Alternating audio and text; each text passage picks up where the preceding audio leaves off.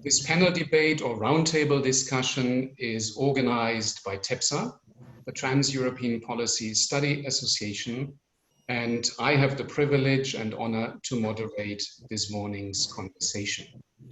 My name is Tobias Schumacher. I'm a permanent professor at the College of Europe, Natolin, and I guess a bit more important, shareholder of the European Neighbourhood Policy Chair, which is also located at Natolin. To kick off the conversation this very morning, allow me to say that I could not think of a more timely moment, as a matter of fact, to discuss the issue at hand. As we speak, governments in Eastern Partnership countries are still fighting the pandemic. State institutions, healthcare systems, overwhelmed to some extent. Societies at large are still in the process of trying to mitigate the multiple effects of the pandemic, the multiple effects that this has generated on a political level, on a societal level, on a socio-economic level, but also to some extent as far as security is concerned. As we speak, the European Union is in the process of rolling out its aid. As you know, at the end of March, the European Union has come up with a rather, it seems, generous support package. All this obviously is not just happening in a vacuum. 24 hours from now, the 6th Eastern Partnership Summit is about to take place. And obviously, based on the communication, the joint communication that was produced by the European Commission and the External Action Service and presented in mid-March, and the corresponding Council conclusions of early May, tomorrow's summit is going to discuss the future of the Eastern Partnership framework. And in that context, obviously, is also going to look into what is currently happening in the Eastern Partnership countries in the framework of the pandemic. On Friday, EU heads of states and governments are putting their heads together, yet again, I should say, to discuss the multi-annual financial framework for 21 to 27. Obviously, this one as well is about to have major repercussions for Eastern neighbors. In its current version, the current proposition is suggesting a major increase in financial assistance to neighbors East and South. So against the backdrop of these many issues, developments, dynamics, I'm very pleased to be part of this panel debate this very morning and to moderate it. For your information, we decided to focus in particular the initial interventions on Georgia and Ukraine, that is to say the two alleged frontrunners in the Eastern Partnership. But obviously, in light of the upcoming Eastern Partnership Summit tomorrow, in light of many other multi-layered dynamics that we are witnessing within the European Union, but also in Eastern Partnership countries, we want to broaden the debate eventually. And I guess, I'm sure, many of you who join us this very morning will have a number of questions and/or comments that might actually go beyond the entire COVID-19 pandemic. We decided that each of our speakers will have 5 minutes to provide us with their views. After 4 minutes, I will give them a gentle warning. After 5 minutes, they should come to an end. So that basically means that after approximately 35 minutes, we would then eventually open the floor and collect questions and comments. I should also say, on that note, that all participants are most welcome to raise questions and/or comments. Simply wave your hand and we'll try to bring you in, taking into account, of course, our time constraints. So let us now move to Georgia and our very first speaker this very morning, Dr. Giorgi Khishtovani, who I'm very happy to have on board as well and who I would like to welcome very warmly too. Dr. Khishtovani is Research Director at the PMC Research Center, which is an independent think tank in Tbilisi. He is also an associate professor at Ilia State University. Giorgi, you are the very first one to kick off this panel debate, and you have 5 minutes. The floor is yours. Thank you. Thank you, Tobias. Thank you very much. Thank you, TEPSA, for this event.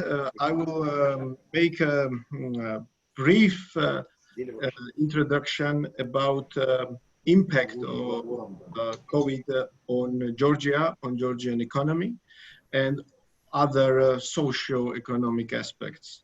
And I will start with the official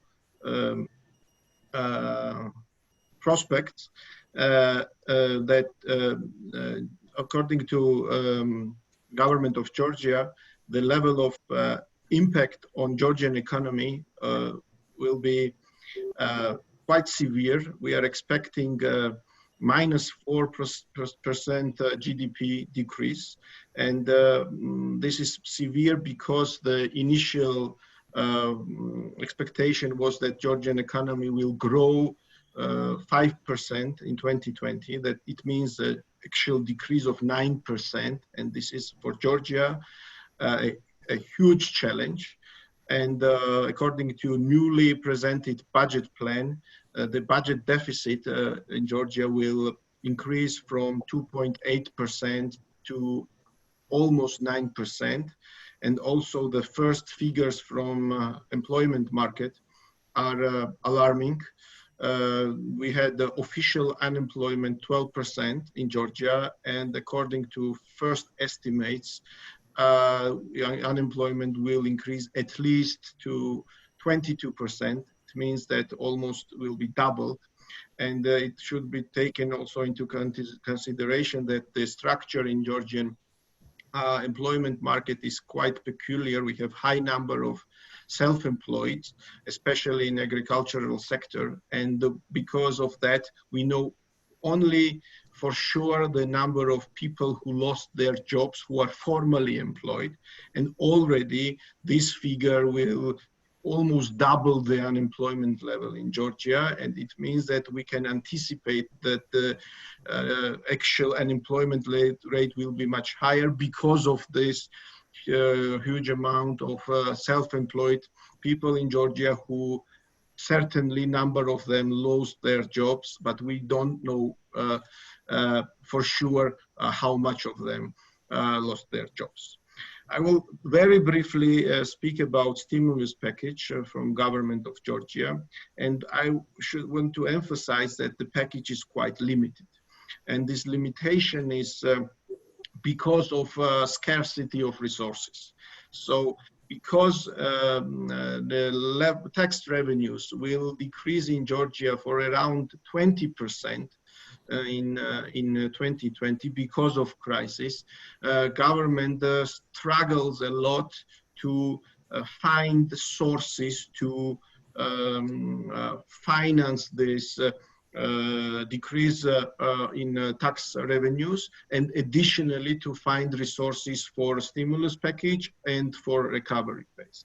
So in this regard, if we compare Georgia with the other European countries, especially with countries from EU members, the resources available for the government were quite limited. So the package for people who lost their jobs, package for people with under the poverty line is quite limited. To make a very brief example, in Georgia, every Georgian who lost their job will receive for 6 months time, monthly around 80 euros in months. And this is actually the total package for persons who lost their jobs. So imagine you will receive around 400 euros in 6 months if you lost your job in Georgia. And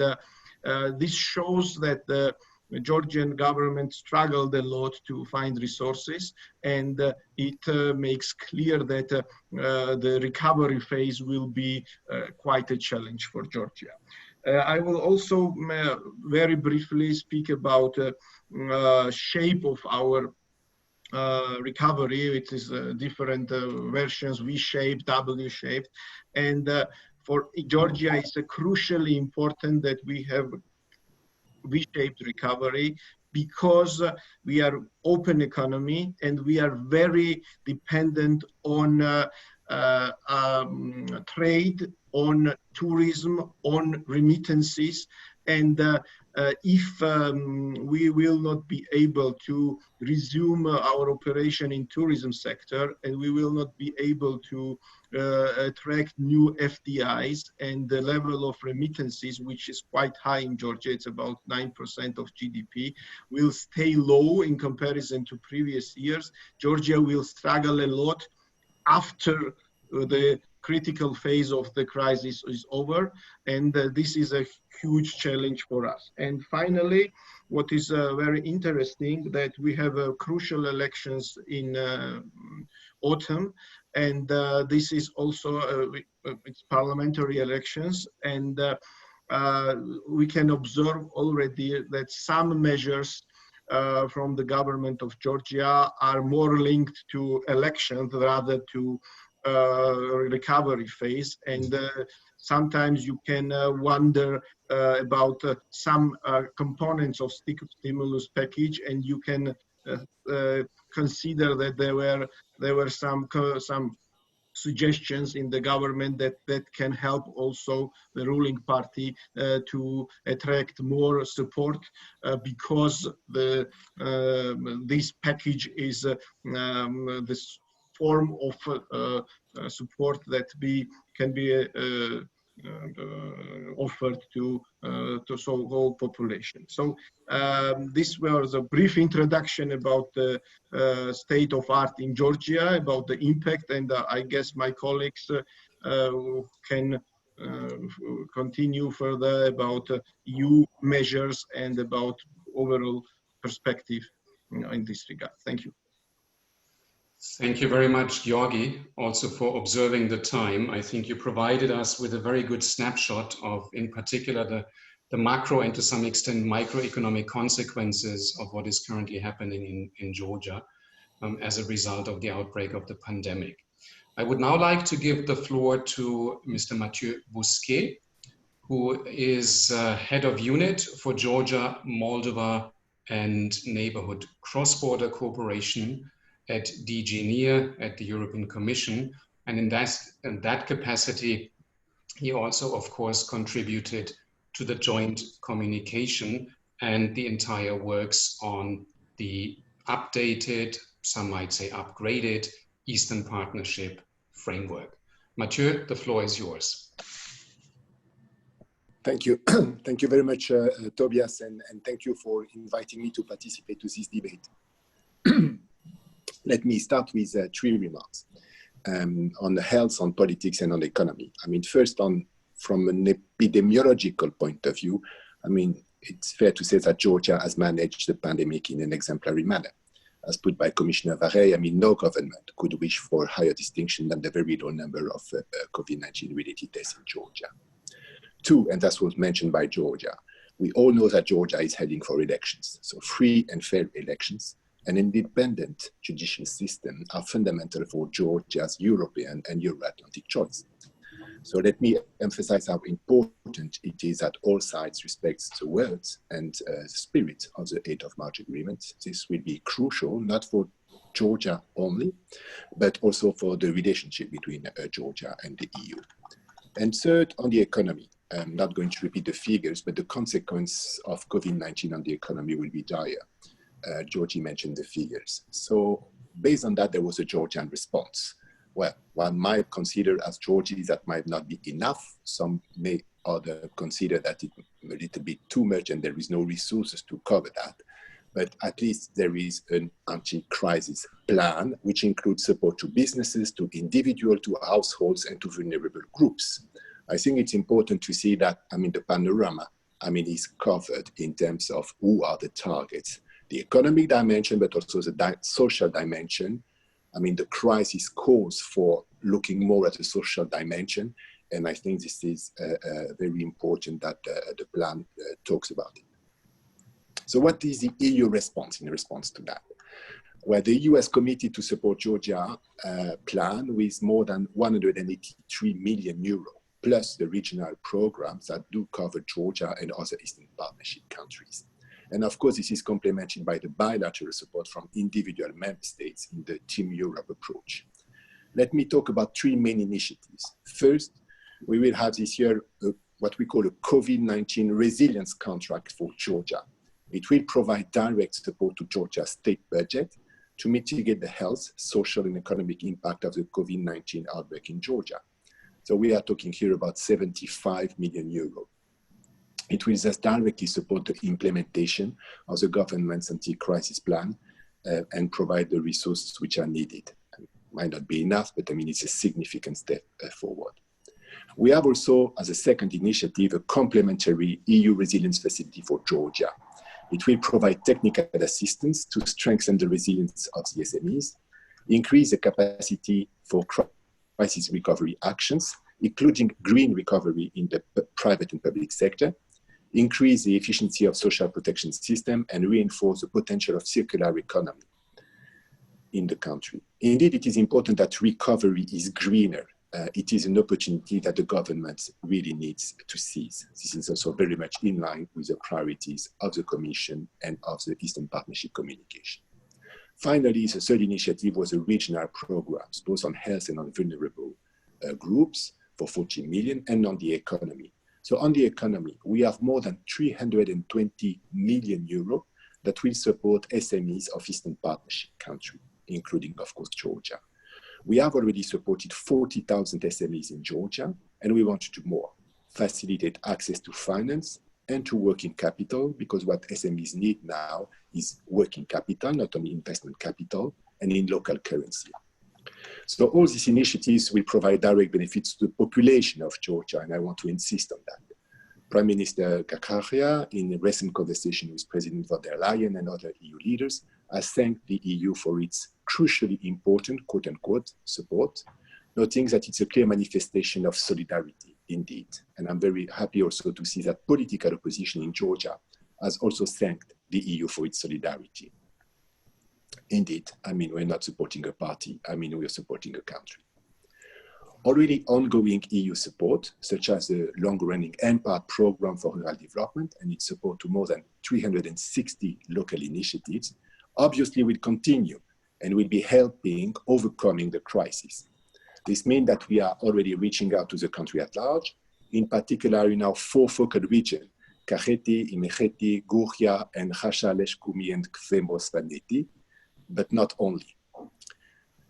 I want to finish with a point on communication. Outreach is especially important because it is not only that the political leadership has a positive assessment of our support, but we need to make sure that the Georgian population at large is fully aware of the size, results, and ambition of EU-Georgia cooperation. So we're working hard on that. And 30 seconds, if you allow me, I mean, Tobias. EU is a first donor to Georgia, but there are still 36% of the population which feel that USA gives more than the EU, and 16% which think that the UN give more than us. So we have developed a brand new site, EU4Georgia.ge, which details the more than 100 million euro per year that we give to Georgia. And on our EU delegation Georgia website, you will find an overview of the Team Europe response to COVID-19 in Georgia. So I want to conclude by saying that EU support has been significant, is multifaceted, state budget, health, SMEs, citizens, agriculture, and will contribute to help Georgia to recover from the crisis. And I'll stop here.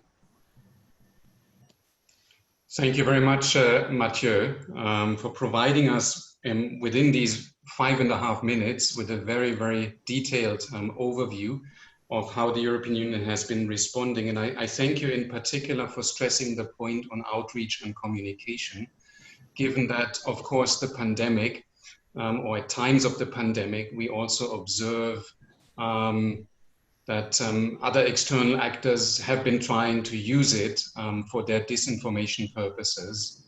And I think by and large, regardless of this particular point, this is arguably one of the areas where the European Union, and I think this is something that even Commission and External Action Service officials can attest to very honestly and straightforwardly, has to improve to sell what it actually is doing. Now, having said that, I would like to now move on to our third speaker this very morning, namely Professor Katarina Volchuk, who is Professor of East European Politics at the Center for Russian, European and Eurasian Studies at the University of Birmingham in the UK. And she's also an Associate Fellow in the Russia-Eurasia program at Chatham House. She has published extensively on the Eastern Partnership, on Eastern Europe, as well as on Ukraine. And she will approach the issue from a slightly more holistic perspective, allowing us to then also gently move on to Ukraine. Kasia, the floor is yours. Thank you very much for allowing me to speak at this very timely event and presenting the two cases. We are mainly focusing on Ukraine and Georgia in a bit sort of longer term and more comprehensive picture. So the short-term story is that Georgia, especially Georgia, but also Ukraine, are cases of resilience and success stories, not least because of the early lockdown. And this provides the countries a very unique opportunity to show competence vis-a-vis many EU member states and even ex-EU member states. Having said that, it's just the beginning rather the end, because as been mentioned already, we have looming massive political and economic problems for the two countries. And the key challenge now is dealing with the political and actually socio-economic, but also political repercussions of the pandemic. What we know from the international scene that actually how populations respond to lockdown and very restrictive measures is the trust in institutions, in the government. And it is interesting from that point of view how Georgia has coped, because Georgia is very saturated with doctors. By international comparison, Georgia has a very large percentage of doctors, and the government has presented this as basically doctors being in charge. And this actually elicited response even from UK press, why Georgia has, what is it about this culture, but also the respect for doctors. Having said that, now we are moving, once the acute phase of the fear is over, really the attention shifts very quickly to the socio-economic part. And we are there already. And I think roughly speaking, in Georgia, it's about 10% from tourists, and they need to be back. And yet, how is it possible?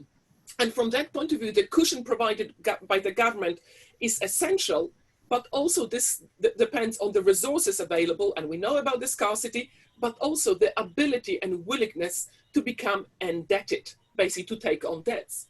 And this is sort of much more problematic for Georgia and Ukraine, despite the resilience when it comes to the pandemic itself. The repercussions loom much larger on the horizon. And the political implications we've already seen in the US and across Europe.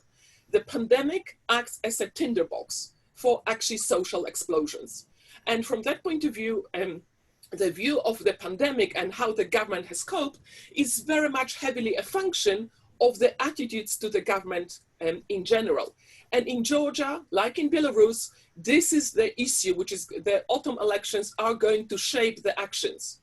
And there is no doubt that the countries, Georgia and Ukraine, cannot cope with the repercussions without international assistance. And here we have actually an interesting picture. So I'll comment briefly on already what's been said about Georgia, but also pose questions about Ukraine.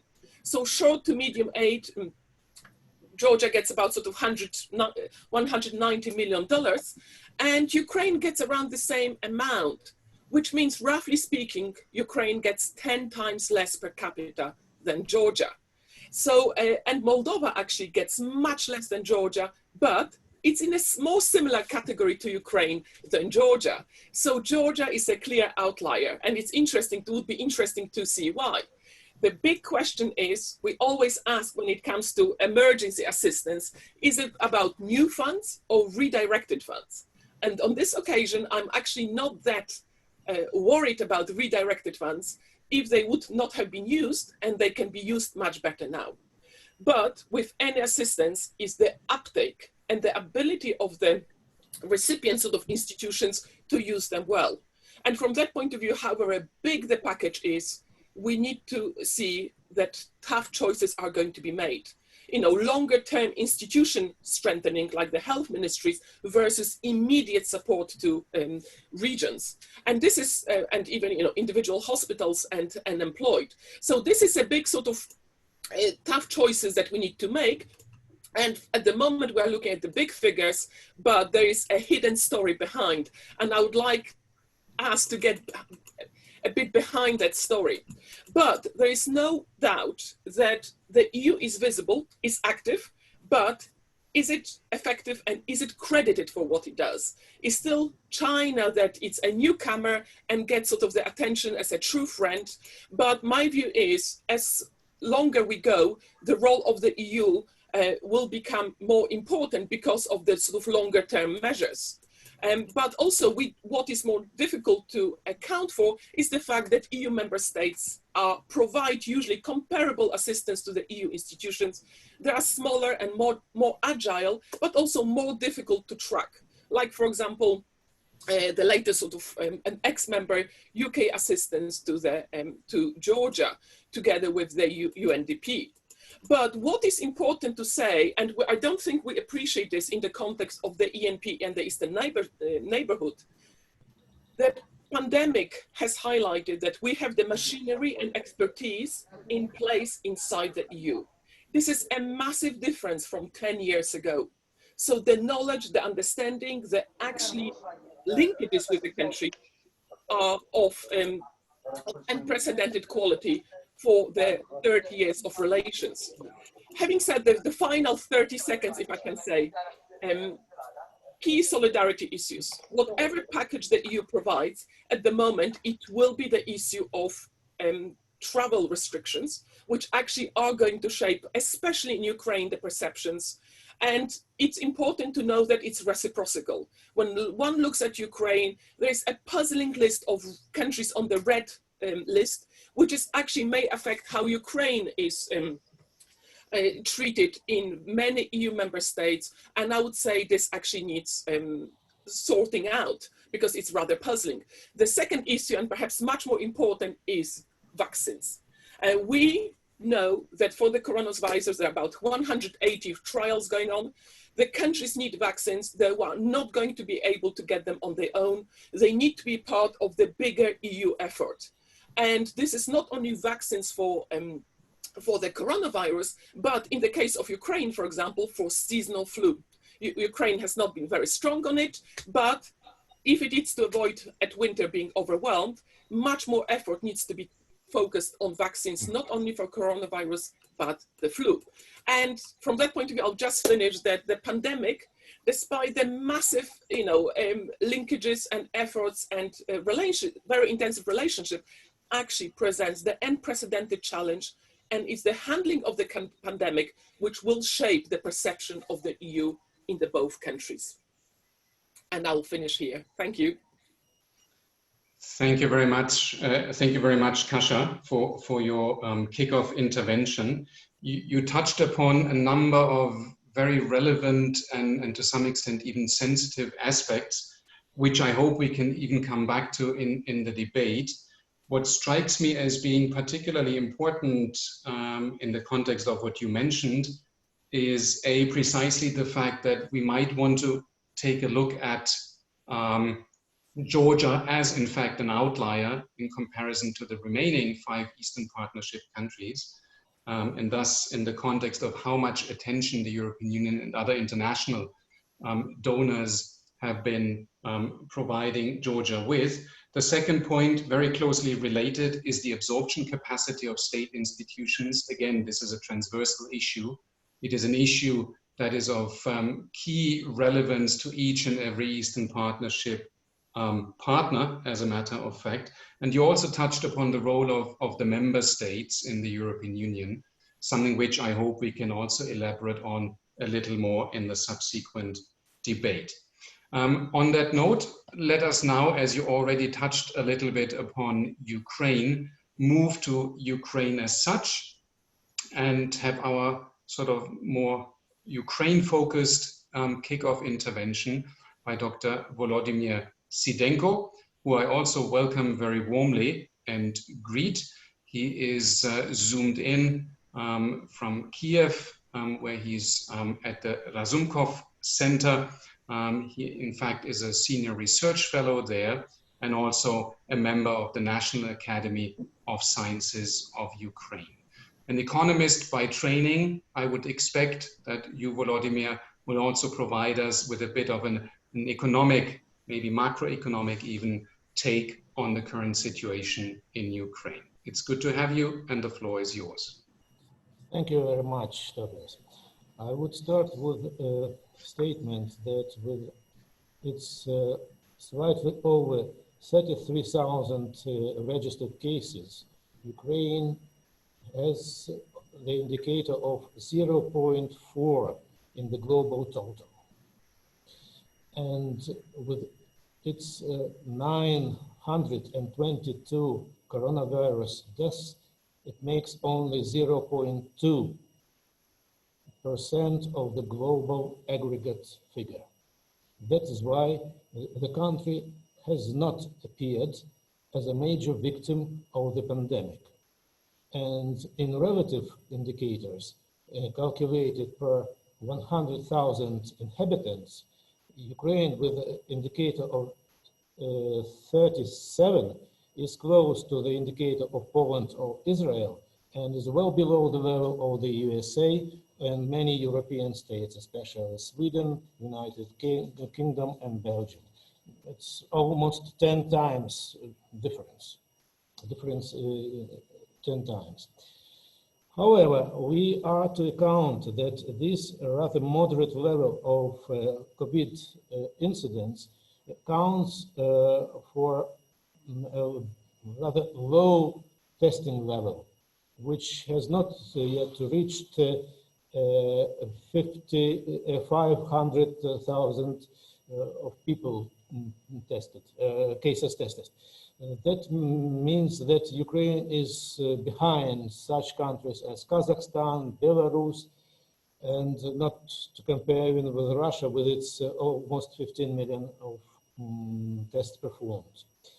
That means that Ukraine has a limited capacity for testing, which is limited by only 13,000 tests daily because of the absence of the necessary equipment and trained personnel. And that is the question and the item for discussions with the EU, how to fill in this gap in case of capacity building of the Ukrainian medical care system.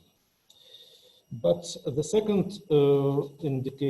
second factor which is behind this rather moderate level of COVID incidence is that Ukraine has acquired from the very beginning the model of a rather severe and comprehensive quarantine regime. But with its certain positive effects in case of medical effects, we are to take into account its possible severe macroeconomic and social outcomes. I would say that the first initial calculations made by the government just predicted only 4.8% of decrease in the country's GDP.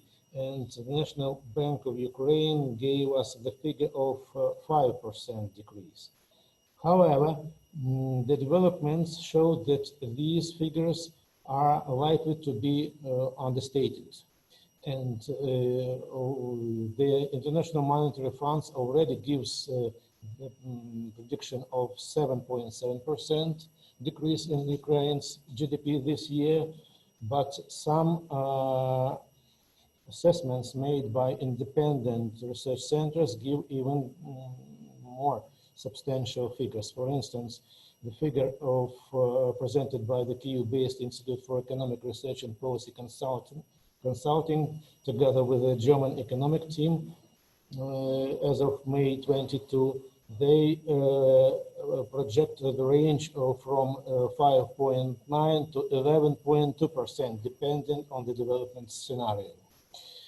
At the Razumkov Center, we also consider that the country's GDP may decrease with a two-digit indicator. And we refer here to the historical precedent of the global crisis of 2008-2009, when Ukraine's economy lost almost 15% of its GDP. And we don't regard the current case in Ukraine as an easier one. And we also depart from the evaluations made by some Ukrainian business associations, namely the European Business Association, which operates in Ukraine and which asserts, basing on their field research, that already 70% of their members have suffered a 50% loss in their incomes, and another 18% of members calculate these losses at the level of 50 to 75%. They also regard that almost every fifth of the Ukrainian entrepreneurs are facing the danger of default, and the overall figure of Ukrainian entrepreneurs placed under lockdown regime was 1/3 of all the registered entrepreneurs.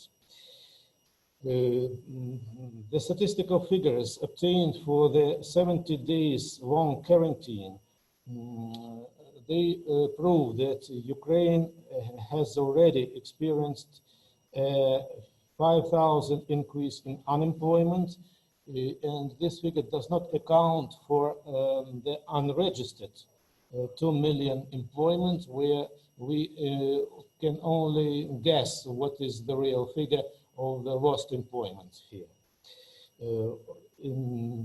To this figure, we are to add that almost 1.5 million of Ukrainian people who are used to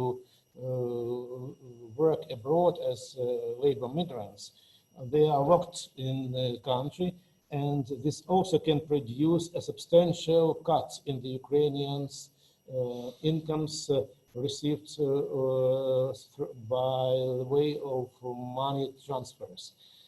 I would remind you that Ukraine is highly dependent on these transfers of incomes earned abroad, and in 2019 they accounted for $12.9 billion and $3.9 billion for the only 4 months of this year. Of course, we are facing a substantial danger that this figure will diminish. Volodymyr, I have to interrupt you. You have 30 more seconds. Yes. I would say that new priorities for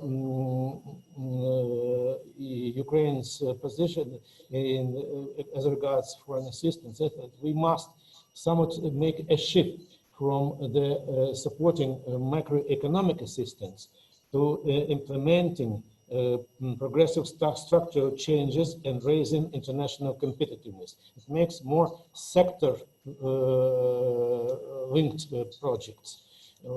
Especially within the two priorities which are identified in the last European Commission's paper.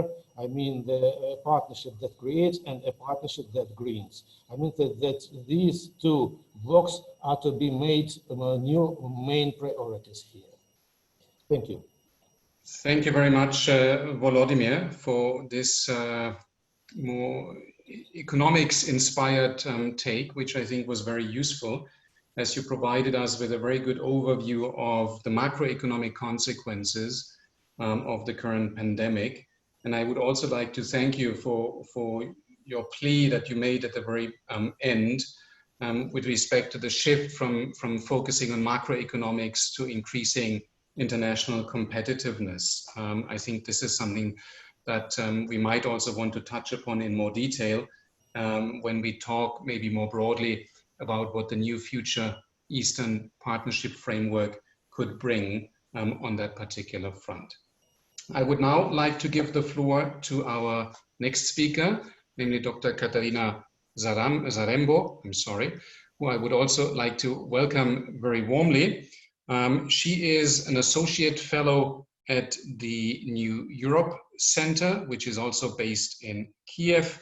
And she's, among others, also teaching at the double degree German European Studies program, jointly administered, as a matter of fact, by the Kiev Mohyla Academy and the University of Jena. Katarina, as applies to all the others, it's great to have you as well. And we are looking forward to hear what you have to say. The floor is yours. Very much, Tobias. Thank you very much for the distinguished panel, of which it is big honor to participate. Just let me know if the connection was wrong, because I feel that it can be unstable. Hope fine. I just have a Katarina, important on that, mention. Sorry, precisely on that note, it's a bit blurred, and I would actually suggest that for the time that you speak, you switch off your camera, because that might allow us to hear you a little bit better. Wonderful. Yes. Does it work better now? Okay, good. I would just like to make a couple of important points in terms of the EU-Ukraine relations in the pandemic. So in the first place, the first, let's say, fundamental go on as envisaged. I think that over more than 3 months of corona crisis, we have already felt that whichever business and whichever plans and schedules we have, we somehow managed to push them forward. The same applies to the international relations. So the Eastern Partnership Summit, in whichever form, should take place. I know that it's planned for early 2021. The EU-Ukraine Summit, scheduled for autumn, should take place. And the whole range of mutual commitments should go on, including joint ownership principle, for example, but of course not only. The dynamics which have been so far in Ukraine vis-a-vis EU-Ukraine relations are as follows. My colleague has already described very well the situation with the pandemic itself in Ukraine, but how does it relate to the EU-Ukraine relations? Well, I have to say that the support for the EU membership has dropped for some reason. We just have one poll which has tried to estimate it. It was done by Kiev International Institute of Sociology, and the results which were presented in the beginning of June are that 46% of Ukrainians support the EU membership. In contrast to the figures which we had in the end of last year, 60% supported. So we have a drop of around 15%. I have to underline that we have a number of important pollsters. This is just the data of just one pollster, but this is what we have. I have to say that I suspect that this is more or less true. This is correct, because when the same institution asked which countries can help Ukraine to fight the coronavirus, 34% said that they expect China to help, and only 10% said that the help can be expected from the EU and from the US. Not together, 10% for the EU and 10% for the US. So I have to say that for some reason, the EU's image has been damaged. I don't know exactly why, but sociological data. And despite the fact that the EU has been the biggest donor, the biggest helper in time of corona crisis, assisting Ukraine with over $1 billion of macrofinancial assistance, and this does not include the individual contributions from member states. This is the story which the Ukrainian public, the Ukrainian society is apparently not aware of.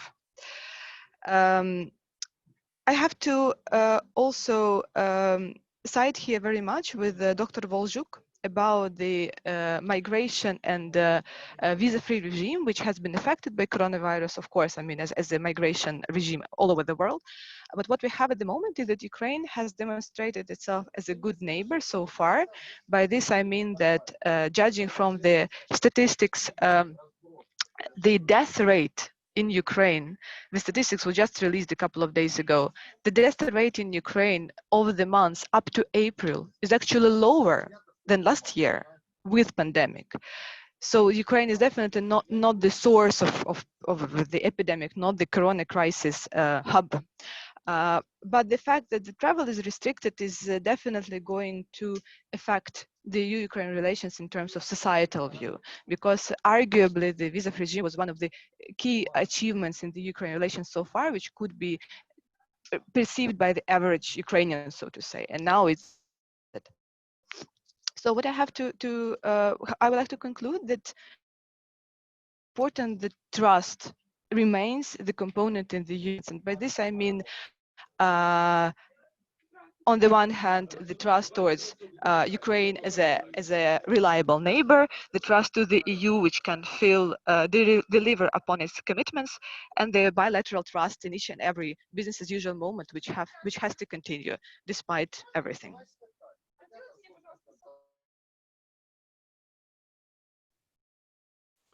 Thank you very much, Katarina. Now we can see you again. So I wasn't entirely sure whether you had finished, but I take it that you have. So thank you very much for being very straightforward and to some extent even a bit provocative. I could imagine that our speaker from DG NEAR, Julda Kielyte, who we'll bring in a moment, will most probably like to respond to some of the points that you have addressed. But I also see, of course, the linkage here to what has been said by Katarina Bolchuk, in particular with respect to the entire trust issue, and that, of course, being linked, among others, to the extent to which the European Union and individual member states may or may not uphold the current travel restrictions. Having said that, I would now like to give the floor to Dr. Rihor Nizhnikov, who joins us this morning from Helsinki, I suppose, where, as a matter of fact, he works as a senior research fellow at the Finnish Institute for International Affairs. Rihor, it's great to see you. It's great to have you on board, and we look forward to hear what you have to say now. The floor is yours. Thank you so much, Tobias, and it's really a pleasure to be a part of this panel. I'll be very short, and I'll actually try to follow what has been previously said, but add some longer-term perspective. First of all, definitely we can say that the EU support has been generous and very crucial in this crisis situation. And I would like to point that we don't only look at the important assistance and as well as knowledge, but also that the EU reforms which it sponsored in the last 10 years, like the health reform, which actually started in Ukraine as a EU project in 2007. But in particular, the decentralization reform has been incredibly crucial to respond to the crisis, and the role that local authorities played and the importance of the extended financing and capabilities that they received at the local level played an important part in imposing quarantine and responding to the crisis. And that leads to the second point, which I want to make, is that we also see that the crisis shows the problems still shows and underlines the deep problems with the governance in Ukraine. We definitely saw some mistakes, and this is normal because it has been done. Mistakes have been done almost everywhere.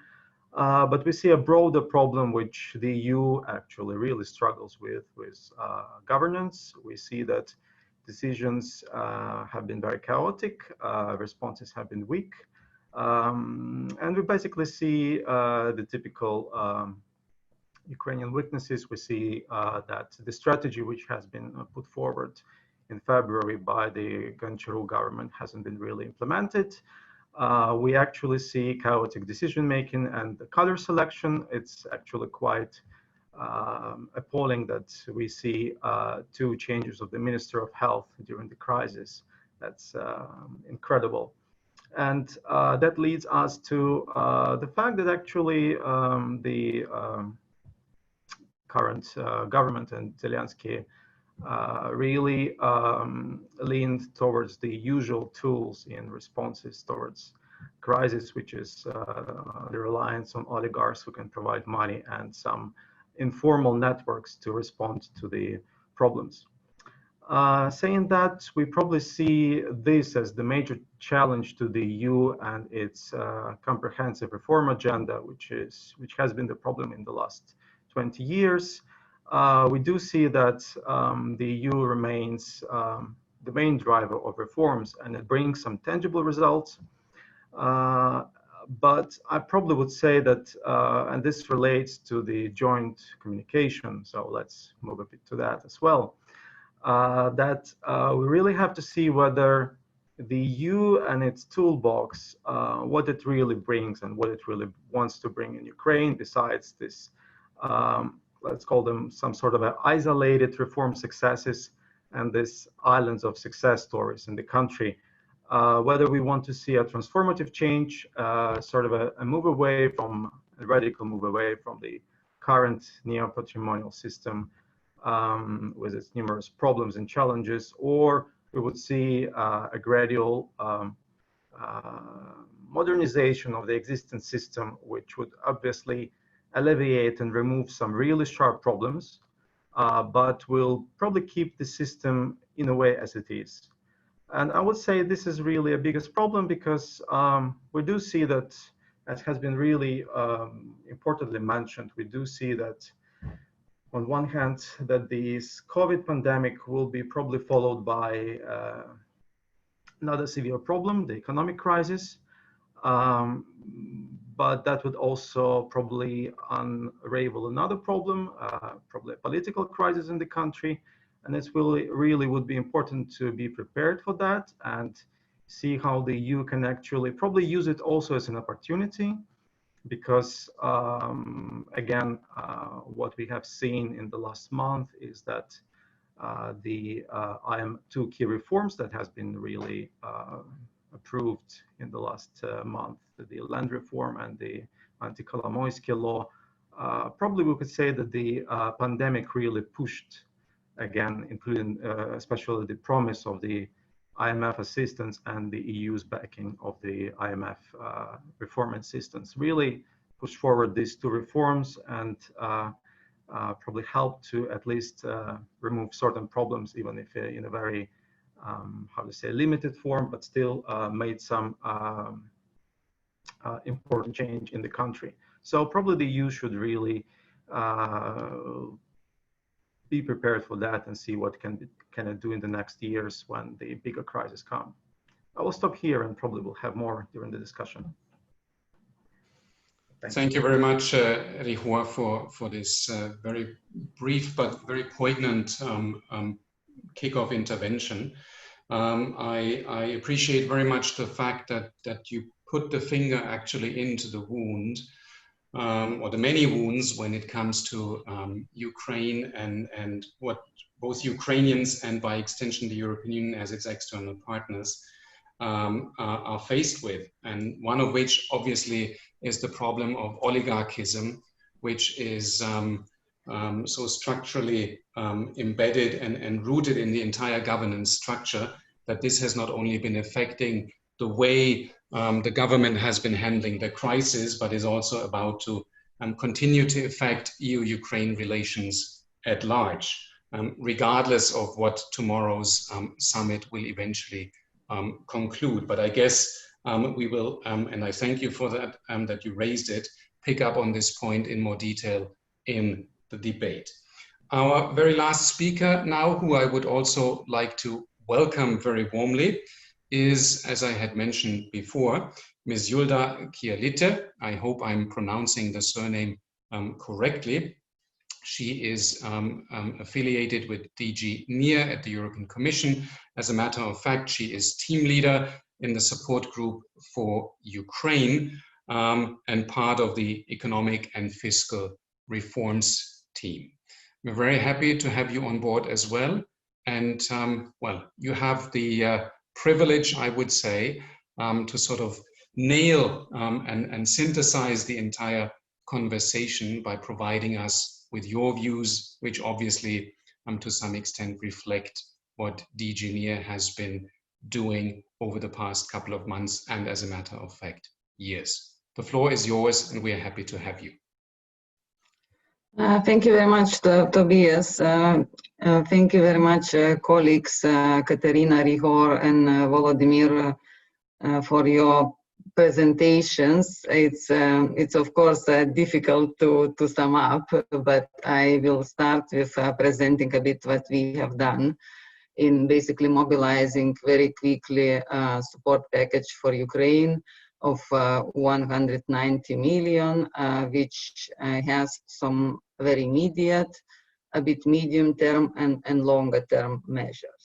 So basically, I think the immediate measures, I would like to use some examples just to show, you know, how we work on the ground, which includes our health response via the World Health Organization, and providing, for example, medical protection equipment and testing materials via ongoing EU projects to nearly 1,000 amalgamated gromadas, providing surgical mask respirators to State Border Guard, to Migration Service, some 25,000 masks for prisons and probation staff, just to give you a bit of let's say, flavor how it works. Then we also work, of course, on capacity building with the healthcare professionals. And I'm also very happy to say that Ukraine was pushing hard, and we supported it very much. And finally, it was granted observer status in the EU Health Security Committee during the crisis. I mean, which is quite exceptional for a partner country, let's say. Then I think the more medium term and focusing on social and economic consequences, we support the small and medium term, medium-sized enterprises. We support also the civil society, and via the civil society, we try to reach to most vulnerable groups, creative sectors, and countering disinformation. I will talk about it a bit at the end of my presentation. And here as well, to give you a few examples, I mean, as Katerina actually mentioned, I mean, of course, some of the funds are repurposed. They are not new, but I mean, we are kind of, you know, accelerate and reinforce the existing credit lines, for example, for SMEs. We work on the guarantees, and the Team Europe approach includes us working via the international financial institutions. And here I have to say, I mean, we are trying very hard to reach the micro and small enterprises, which are the most in need of finances. It's not easy for a big institution like us, but we are trying. We also work via ULEAD. I mean, the centralization reform was mentioned as one of the flagships by the EU. We work also to reach out the vulnerable citizens and building capacities in the gromadas, let's say, to provide support. We're helping to business in Eastern Ukraine to become, let's say, go online and be, you know, accessible. And then, I mean, we also work as civil society organizations on community response, to call it. We also work on the long-term measures, and I mean, probably it's a bit short my presentation, but just to mention that it will affect all levels, including the health system, the economy, and the society. And as it was mentioned on the capacity building, just to say that EU has a comprehensive reform on the public administration, where of course we will continue. I mean, it was the second phase kind of was just relaunched, and that is, I think, part of our long-term response and support. In addition to the 190 million more in technical assistance and grants, I mean, the EU has just approved substantial macro-financial assistance for enlargement in neighborhood countries, from which Ukraine will receive 1.2 billion, which is very important in times of limited liquidity and significant debt repayments Ukraine is facing. I don't know how much time I have. I wanted to touch upon a few points on socioeconomic implications. I think the economy is much better prepared than for the previous crisis. I mean, it's much more balanced, but the share of informal workers in the economy is about 1/3, and the social safety net is very weak. So I mean, we're facing the situation that more than half of the Ukrainians are fearing the consequences of the economic consequences of the lockdown more than the epidemic itself. And then let me conclude with the last point on the EU communication on the ground, because I agree with a lot of speakers that we are doing a lot, but we are not always well communicating it. So just to say that we have seen that Russia has been pushing quite strong the disinformation narrative in Ukraine, but so far the country resisted it quite well. And as part of the COVID response, we as EU also support countering disinformation, notably mainly by civil society organizations and stepping up our support to independent media. We also have quite active communication activities on COVID support via media outlets and social media, regular videos, interviews. And on a positive note, I would say that it has been noticed by Ukrainian leaders. It's mentioned actually every time they speak. And actually in difference what Katerina was saying, the latest survey on awareness of COVID response actually said that more than 1/3 of the Ukrainians are aware that EU is the main contributor during the crisis. So let me stop here and thank you very much.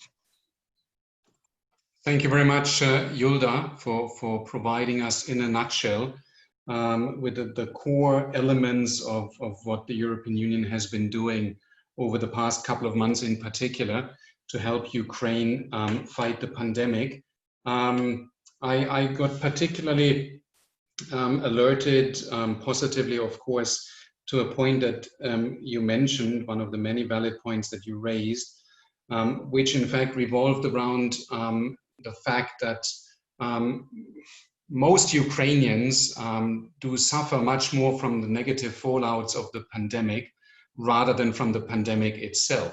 And this obviously, I think, is something that we can extrapolate to all Eastern Partnership countries. The situation is by and large the same when it comes to this particular point. And that again, yet again, I would say, calls for a reinforced support and tailor-made and targeted on the part of the European Union.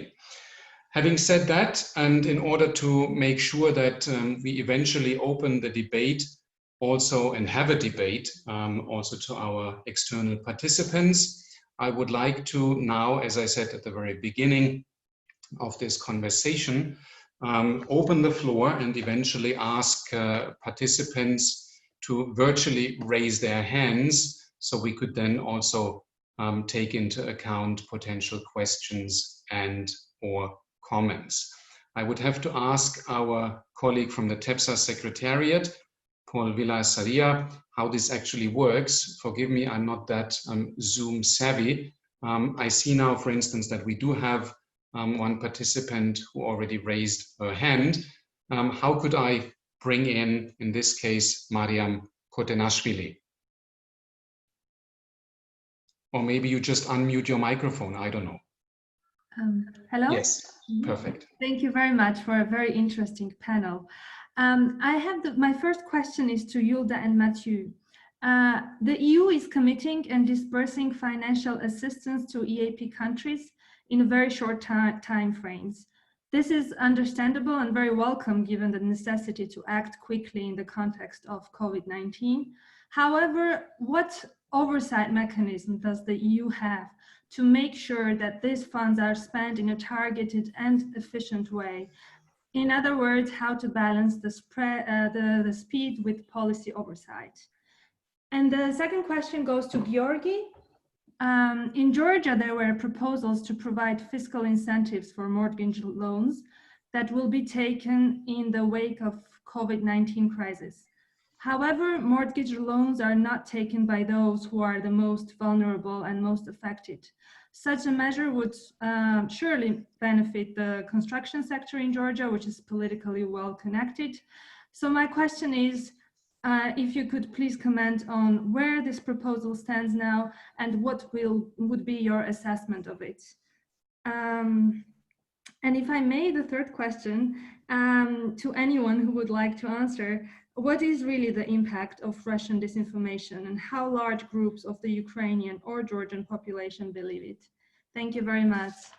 Could I at the very end of your input, could I kindly ask you to also quickly introduce yourself? So everyone... Sorry, I'm Mariam and I'm from the Trans-European Policy Studies Association, TEPSA, so we're the organizers of the event. Thank you, Mariam. Thank you very much. So who would like to start? As we have 3 questions, I would suggest that we take issue with the 3 of them right away before we then bring in more participants. The oversight mechanism, I guess, Mathieu, this is for you. Thank you, Mariam. I mean, we continue to have the same oversight mechanism. So, I mean, we are providing grants and macro-financial assistance, as was said. So this is the grants. I mean, we have a series of control mechanisms. I think both in Georgia and Ukraine, but I think your question was more for Georgia. There is a lot of discussion on public finance management. So we have a policy dialogue. I mean, we have a PEFA, we have different systems, I mean, to look at how money is used. You have a Court of Accounts, an audit supreme institutions that also looks at it, that we have strengthened. So I think all the mechanisms are there to ensure that the money, I mean, is spent for the targets they've been designed to. In addition, of course, I mean, we have all our control mechanisms in terms of audit, ex post, and so on. Olaf, I mean, there is some fraud that can come in. But I think Georgia, even if compared with some member states, is quite high in terms of public finance management, budget transparency. You know that the Open Index, I mean, they are number 6 in the world. So I think there's been a lot of progress, which is also following up, I mean, the policy dialogue we had with Georgia on improving their public finance management. So I think on that we are quite confident that the money is going to be tracked and well spent. Thank you, Mathieu. Giorgi, you are the one that I think the second question was addressed to. So, Mariam, thank you very much for your question. Indeed, the program has been announced. The program means that for mortgages, the citizens of Georgia will have benefits. The mortgages will be subsidized in a way that the part of the interest rate will be paid by the government for 5 years. It's 4% from the interest rate for mortgages in local currency. And indeed, in my personal opinion, it's a challenge. It's a challenge, and if we want to generalize this case, is that several sectoral groups are trying to persuade government that there is a necessity for sectoral support because of jobs they create, because of social aspects, and this is a good example that some groups, in my personal opinion, manage to persuade government that they need specific support measures. And of course, my personal opinion is that this is a wrong measure, because in this case, we are actually in the crisis subsidizing on the one hand the sector, and the other hand the privileged part of our society, because only people with a high income are eligible for such kind of mortgages. We have quite a strict rules for mortgages in Georgia. You need certain income to be to get such a mortgage. And this is an interesting case that in this sense, sector is promoting policies that will support the privileged part of society because that is also in their personal interest.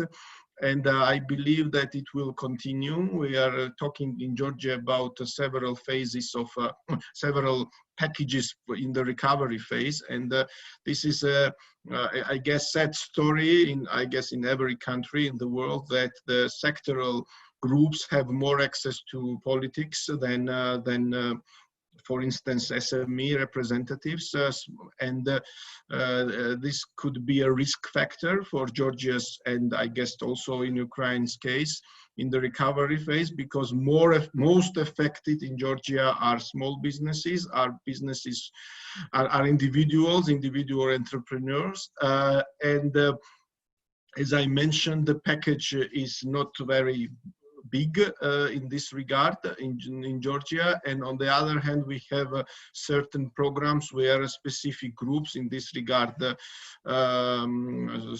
development sector, real estate sector is pushing government to support them.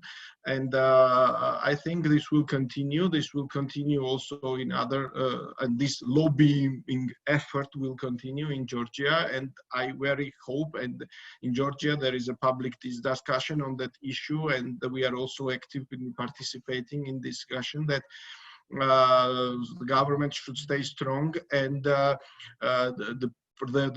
programs they initiate should be directed either to poor, so that the social effects of the COVID crisis can be somehow positively affected, or not to choose some measures looking like protectionism, because it's also there is a discussion in Georgia to think more to and the state should be more involved in industrial policies. We have to be self-resilient, and this is I guess very how to say, very dangerous process that can start in Georgia, because we are, as I mentioned, open economy, very liberal one, and now I hope very much that the crisis and the economic crisis that will follow this health crisis will not affect Georgia's trade policy, will not affect our aspiration to have more free trade agreements with more countries, and to close ourselves, and to how to say, to motivate this effort with the idea that we need to be self-reliant. And this is very interesting discussion in Georgia currently, and of course here helps that as I already mentioned, the resources are limited, so the chances that sectoral groups we can affect politics is rather small, but still there is such kind of risks, and it's very important in our case that there is a public discussion, and the public opinion will prevent such kind of I guess harming initiatives. Thank you very much, Giorgi. Could I kindly ask Katarina and Volodymyr very briefly to take issue with the third question on Russian disinformation and the impact thereof? Katarina, maybe you can go first.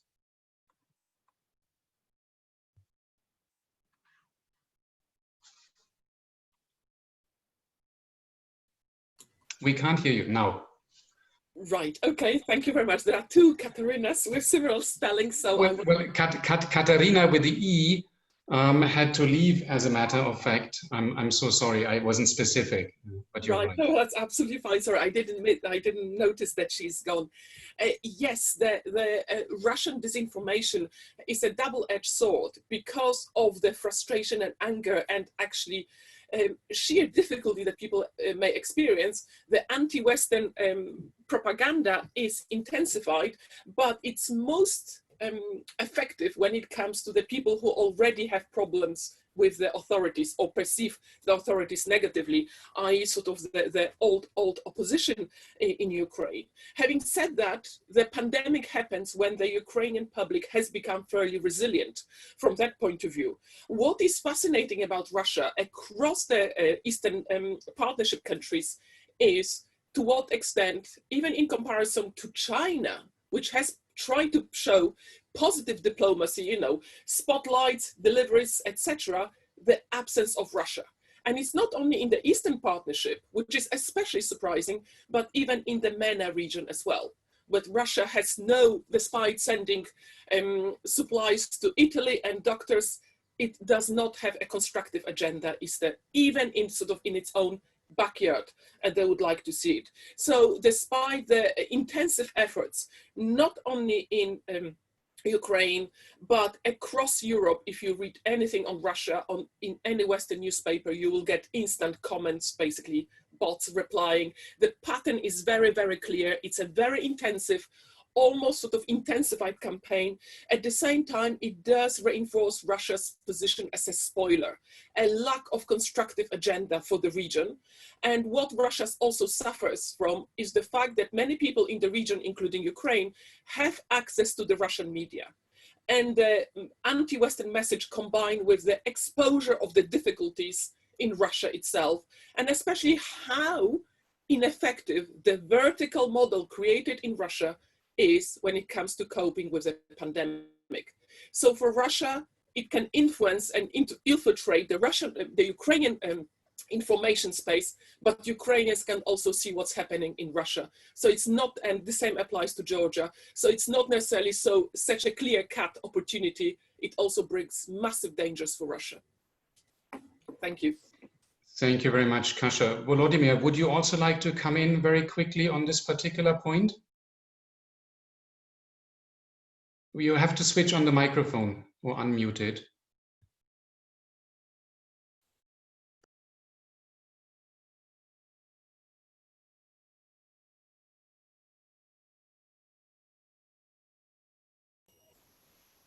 Okay, thanks. You see, we must distinguish between real propaganda, which is really has multiple cases in Russia, and those critics which has some grounds and which makes use of those mistakes which are made by Western partners. For instance, when Russia criticizes certain integration measures and certain recommendations which are being implemented in Ukraine by the International Monetary Fund and even by the European Union, it is not always a propaganda, but it is also, sometimes our Western partners are insensitive of those critical points which we Ukrainians are talking about as well.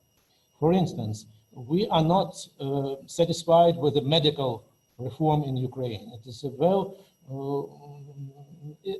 this mode of reform is perceived in Ukraine as a wrong one. And when the European Union and the United States are supporting this model, and Russia supports the critics of it looks as they are speculating against the West. But really, they are more sensitive to this and that making use of the disappointment of Ukrainians with this trend of reform. For instance, when they criticize the things of the actions of the EU bodies at the initial stage of the pandemic, for instance, Italy, the Italian people also were very critical about the attitudes of the European authorities to their needs, for instance, in March and early April. And Russia criticizes these things and sends their mission to them. Of course, we may look at it at the hostile activities, but please do not do these mistakes. I think that we must distinguish between really hostile measures and substantiated critic, which is based on certain arguments. Because not everything which is published in Russia is simply propaganda. I have a different opinion on this subject, and I distinguish between the things of propaganda and critical analysis of what is going on in the world. Thank you very much, Volodymyr. I would now like to turn to our listeners yet again and invite them to pose questions and/or comments. Is there anyone else who would want to raise his or her virtual hand?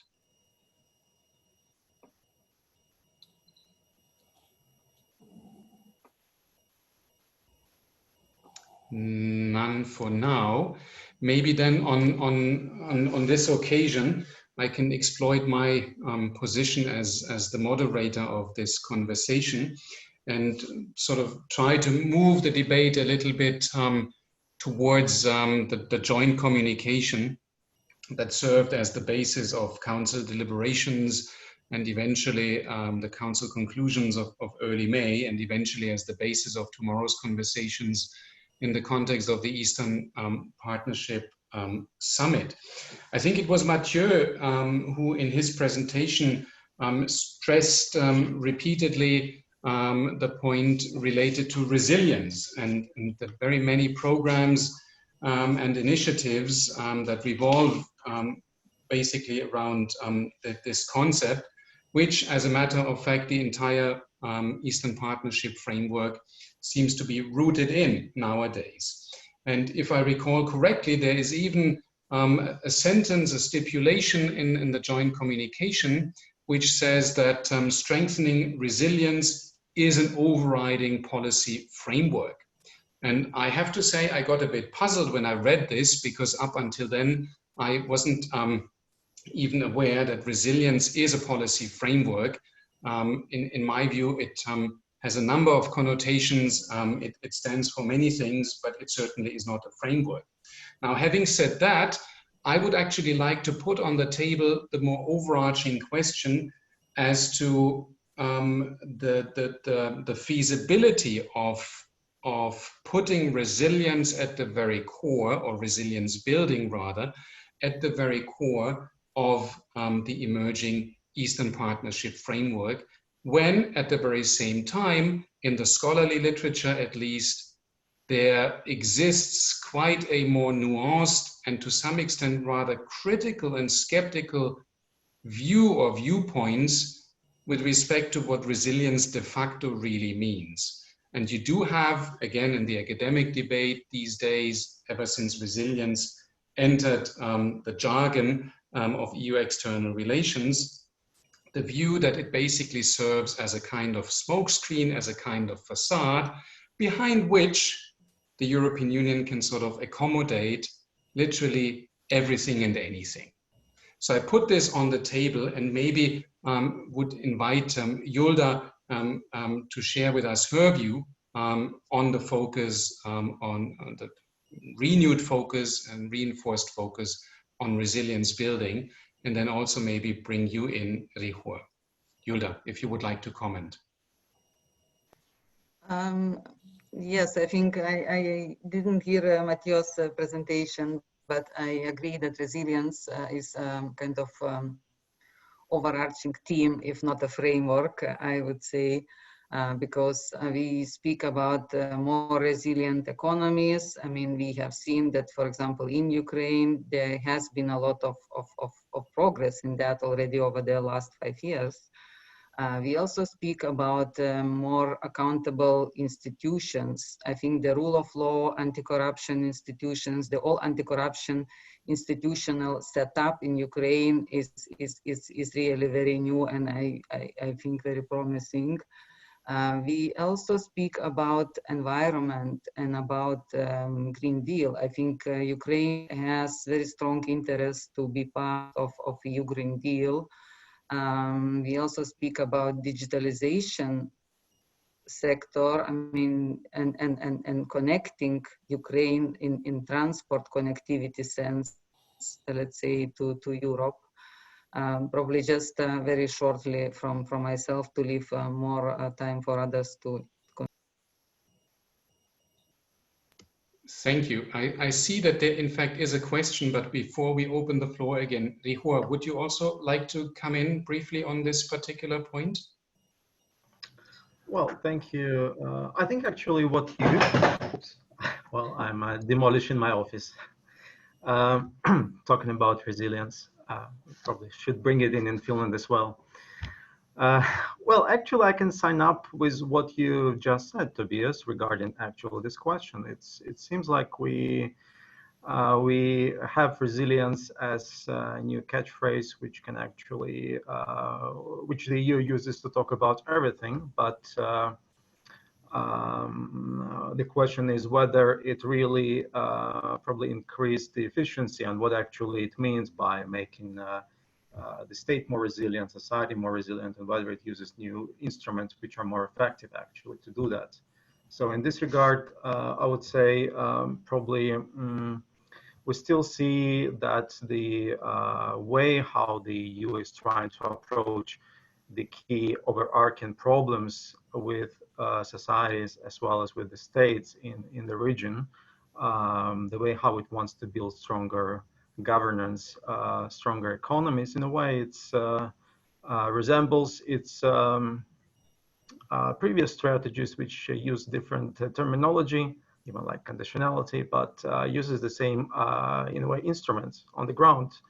And in this regard, we have to ask the question whether how much more efficient the EU actually is on the ground, and whether it really makes the existing political and economic systems slightly more efficient, but without changing the basic principles how they function. Henceforth, we do still see that the informality, the oligarchs still run the show, or we actually have to review and reassess the way the EU approaches the whole process of institution building on the ground. So that for me would be the key question. And in this regard, I would again agree that resilience become, in a sense, a facade for the same EU kind of a path-dependent logic of inducing change in the partner countries. I'll stop here. Thank you. Thank you very much, Rihor. As I said, I just detected in the chat function that there is in fact a question, another question from the floor by Samet Özgündüz, and I will read the question. Can the European neighborhood policy be an effective forum/tool for so-called global power Europe? I would like, with your permission, to raise this question maybe to you, Mathieu, as well as to you, Katarina, knowing, of course, that you have worked extensively on this, so that we have one view from within the European Union, the Commission in this case, and maybe one scholarly view. Mathieu, would you like to maybe take issue with this particular question first? Yeah, thank you. Thank you very much, Tobias. And also, I mean, if you allow me, I mean, I say a few words about, I mean, resilience that you see as a smokescreen, or I mean, which I of course do not agree with. I think when we developed the concept and the Eastern Partnership communication, I mean, it was before the COVID crisis. So what is resilience? I mean, it is a scientific terms initially, but I mean, it has become more in the general public domain. And what we see as resilience is the capacity to resist to shocks. So these shocks can be as a COVID one. Just, I mean, we did not, of course, anticipate that we would have this crisis when we drafted the communication. But I mean, this is clearly an element which is important. So it's a capacity of a society, I mean, or individuals or institutions, I mean, to resist to shocks and to major challenges. And we have the climate challenge. We have the digital challenge. I mean, we have also the state capture challenge, I mean, for which you need institutions that are capable of resisting to this shock. I mean, think about Moldova and the 1 billion fraud that came some years ago. So we've worked with the Moldovan using the EU acquis in terms of anti-money laundering, in terms of many aspects, I mean, to ensure that this kind of fraud, I mean, is not possible again.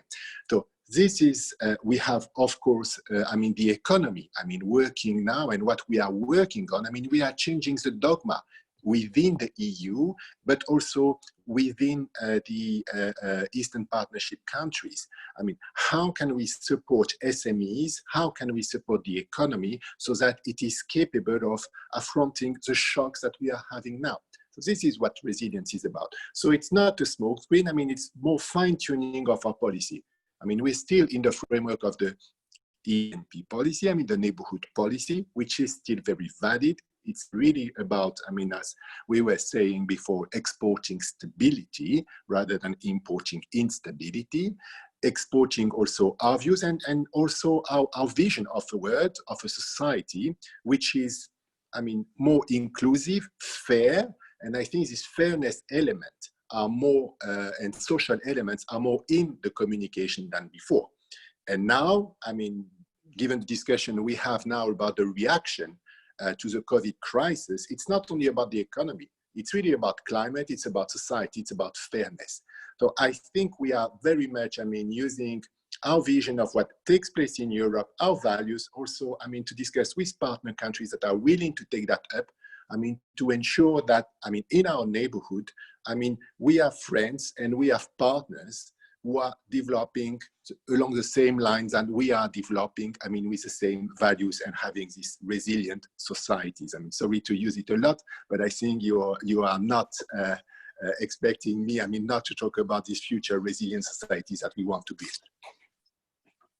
Thank you very much, Mathieu. And before I hand over to Katarina Wolczuk, I would just want to add that regardless of what I think about resilience as a framework, as a concept, as a narrative, I was just about to synthesize some critical, or the views of some critical voices in the corresponding academic debate. But I appreciate very much what you said and for providing us with a bit of a counter view. And yeah, bringing in Kasia now will give us, I guess, yet another dimension of what to make of resilience and EU resilience building at times of COVID and beyond.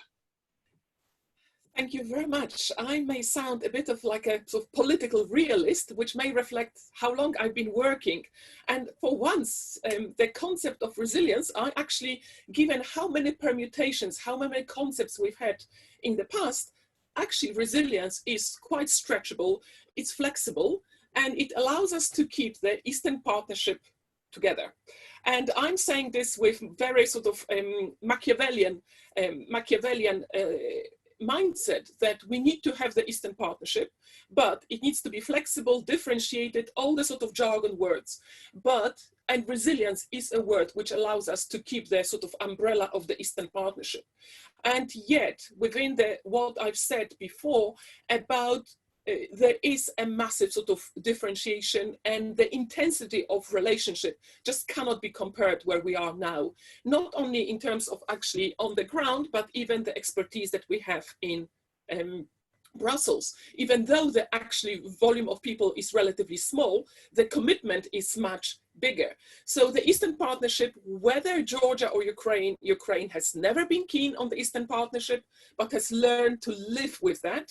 Georgia has been very effective about using the Eastern Partnership as a canvas on which to present itself as a sort of front runner. So very different approaches, and yet neither countries see themselves in the same group as Belarus.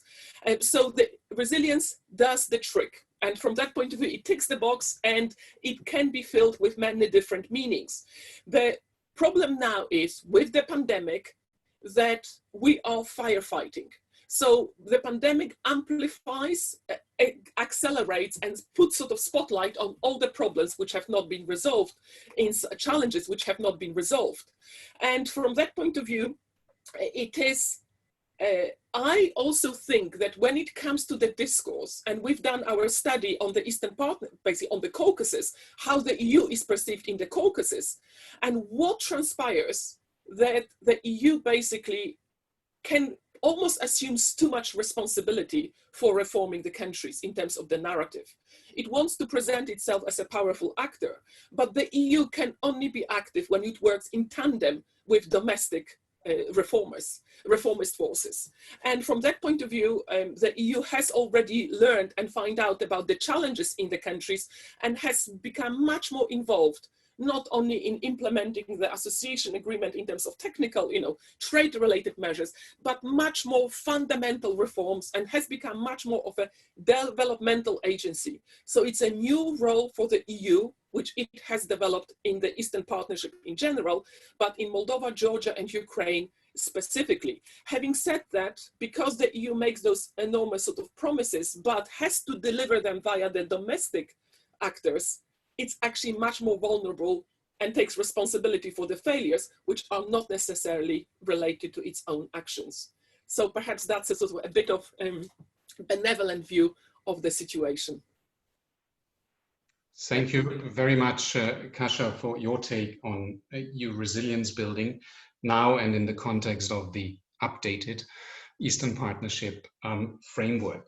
I take note of the fact that it is already 12:10. This panel conversation was supposed to end at 12 noon. We started, if I'm not mistaken, at around 10:35, 10:36. So we are just 4 or 5 minutes late. And unfortunately, I cannot see my colleagues from the TEPSA Secretariat, but I guess they would also want me eventually, by keeping the time, to draw this session to a close. I would not want to do this, however, without wanting to extend my sincere gratitude to all our speakers this very morning. I think this was a very interesting, intriguing, rich, thought-provoking, and fruitful debate. I thank all of you for having participated and contributed to it. And last but not least, of course, I would also like to thank the many participants that zoomed in from all over the place to this particular panel debate this very morning. Very lastly, a big thank you to the TEPSA Secretariat for having organized this very timely debate. As said at the very beginning, tomorrow the 6th Eastern Partnership Summit is going to take place. So I guess many of us, hopefully all of us, now being under the impression of this panel debate, will look at it with an even more, say, critical and yet interested eye. Let's see what comes out of it. And last but not least, and I promise to end on this very note, please stay tuned. I know that TEPSA is organizing a number of very interesting virtual debates over the next couple of weeks. You might want to consult the website and eventually also attend some of these meetings again. Unfortunately, I cannot ask our listeners to provide our speakers with a very warm round of applause, but maybe you can use the clap function, if that is still active, to join me in, and I will actually give a real applause to our speakers and thank all of them very much. On this note, stay safe, take care, and thank you again.